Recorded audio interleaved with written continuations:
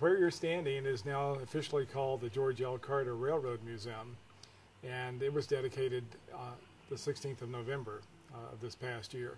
We've got three layouts as the nucleus of the Railroad Museum, plus a lot of static exhibits around the place. But we've got a layout here that's 24 feet by 44 feet with lots of trains running on it. It has a Southern Appalachian theme and the season is summer. It doesn't represent any particular place in Appalachia, but it's an HO gauge, which is the most popular gauge in the industry. The coal mine scene here is typical of Appalachia. I did a lot of the work on that with a member who owns that. That was done in my basement. But we've tried to represent something that when local people come in, they remember a company town. They remember the dirt that went with it. They remember a building that served as a schoolhouse during the day and a church on Sundays and on Wednesday nights. And we tried to incorporate a lot of that. So there are little mini scenes as you go around that each person has a concept of what they want to do and they're trying to do it. And a lot of it's not finished yet. So it's still a work in progress. The one that's behind me that you see was a gift to the university from Mrs. Marion Bankus, a widow from Knoxville, Tennessee, whose husband built it in their basement.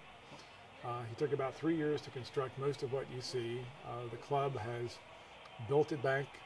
It was cut into 6 pieces to get it out of the house so it could be transported. But we received the gift at the university several years ago, so that became also another working part of this railroad.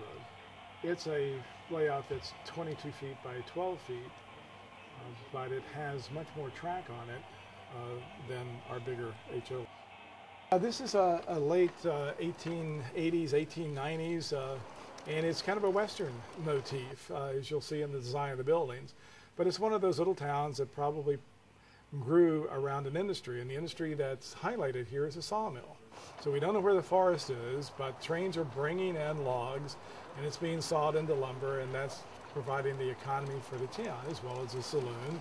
They're prosperous enough to have a bank, and there's a red light hanging upstairs over the saloon, so there must be other industries going on as well.